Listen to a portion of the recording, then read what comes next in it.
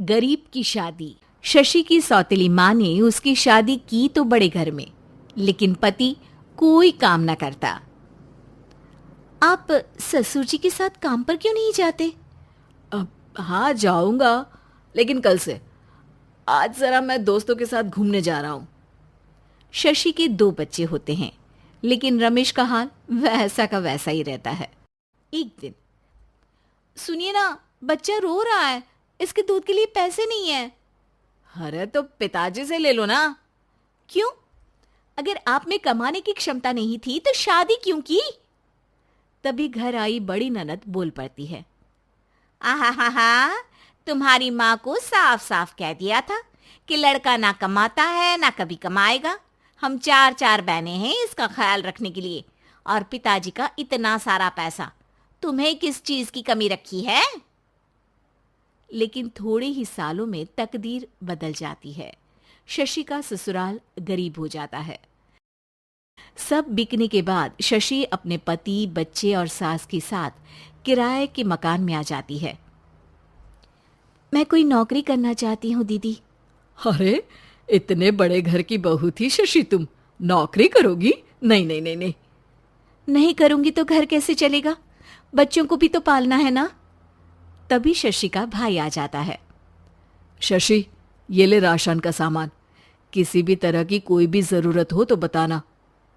भाई, अब मैं नौकरी करूंगी। देख बहन, वैसे तो मैं तेरे साथ हूं, लेकिन हाँ, मैं ये भी चाहता हूं कि तू अपने पैरों पर खड़ी हो जा। शशि को एक प्ले स्कूल में छोटे बच्चों को संभालने की नौकरी मिल जाती है। एक दिन, शशि, मेरे स्कूल को अब तुम संभाल लो। मैं कुछ दिनों के लिए अपने बेटे के पास जा रही हूं। लेकिन प्ले स्कूल अकेले मैंने कभी नहीं संभाला है। अब ये सब मैं नहीं जानती। इतने महीनों में तूने जो देखा, बस पूरे आत्मविश्वास के साथ उसे करना। शशि नीलम के जाने के बाद पूरे 1 महीने उसका स्कूल अकेले संभालती है, और फिर एक दिन आता है जब वो अपना खुद का स्कूल भी खोल लेती है। वाह शशि, तुमने आज मेरा सर गर्व से ऊंचा कर दिया। तुम्हारा यही आत्मविश्वास तुम्हें बहुत आगे ले जाएगा। नीलम, बहुत आगे जाने की चाह नहीं है, बस ये छोटा सा स्कूल मेरे बच्चों की अच्छी शिक्षा में मेरी मदद करे, यही मैं चाहती हूँ। शशि थोड़े थोड़े पैसों से ही अपना परिवार पाल रही थी।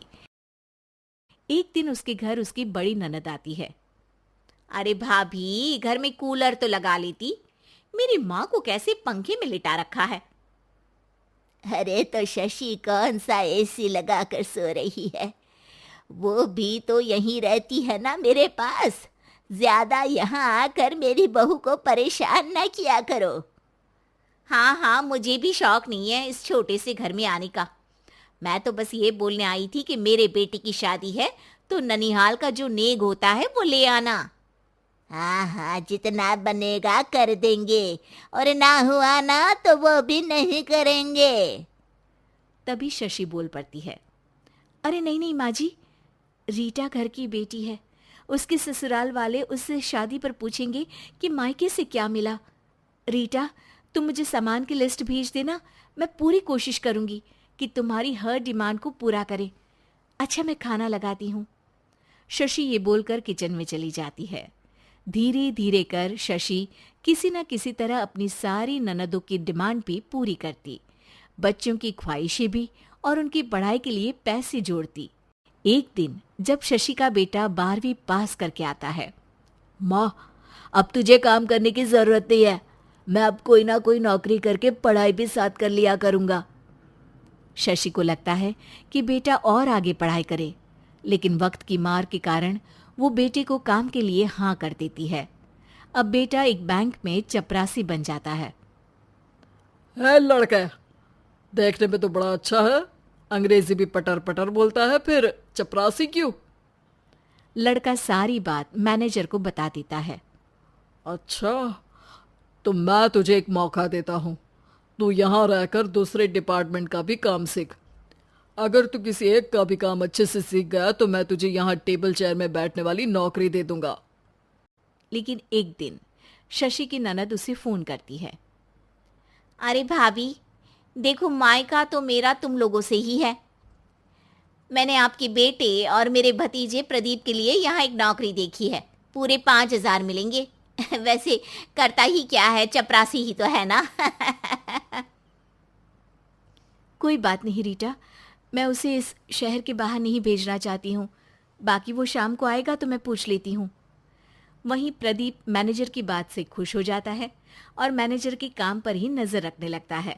वो उनकी तरह के पेपर पढ़ता, काम करता और आने वाले लोगों की बातें सुनता। एक दिन बैंक में ऑडिट वाले आते हैं। ये गलत है, पूरी बैलेंस शीट नहीं मिल रही है, कहीं ना कहीं गड़बड़ है। ए मैनेजर, क्या करते हो? बैंक के पैसों का हिसाब सही नहीं है। मैनेजर के पसीने छूट जाते हैं। तभी प्रदीप वहां जाता है। अब क्या मैं ये बैलेंस शीट देख सकता हूँ? अरे बेटा मजाक नहीं, जाओ पानी लेकर आओ एक गिलास। प्रदीप मैनेजर को पानी लाकर देता है और फिर ऑडिटर से कहता है, देखिए सर, मैं आपको बता सकता हूँ कि कैसे बैलेंस शीट को आप लोग गलत तरीके से जोड़ रहे हैं। ऐसा बोलकर प्रदीप एक एक कर सारे डाउट क्लियर कर देता है। अरे हाँ, ये तो पॉइंट हमने देखे ही नहीं थे। गुड, कौन है ये बच्चा? तभी मैनेजर बोल पड़ता है, अब हमारे यहाँ अकाउंट में नया आया है। ऑडिटर के जाने के बाद, वाह प्रदीप, आज तो तुमने मेरी नौकरी बचा ली।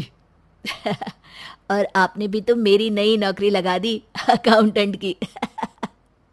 बस फिर क्या था, प्रदीप ने एक बार जो सफलता की सीढ़ी चढ़ी, बस चढ़ता ही चला जाता है। फिर एक दिन शशि की ननद, अरे भाभी कैसी हो? घर को तो बड़ा ही सुंदर चमका रखा है। अरे बेटी, कैसे आना हुआ? तू तो इस छोटे से घर में आना भी नहीं चाहती थी। कोई खास काम है क्या? अब हाँ, वो माँ, मेरा जो मजला बेटा है ना, वो अकाउंट से पढ़ाई कर रहा है, तो प्रदीप से बोलकर उसकी भी कहीं अच्छी नौकरी लगा दो ना। सास और शशि समझ जाते हैं कि कैसे पैसे आते ही लोगों के बात करने के तरीके से लेकर रिश्ते निभाने तक में बदलाव आ जाता है।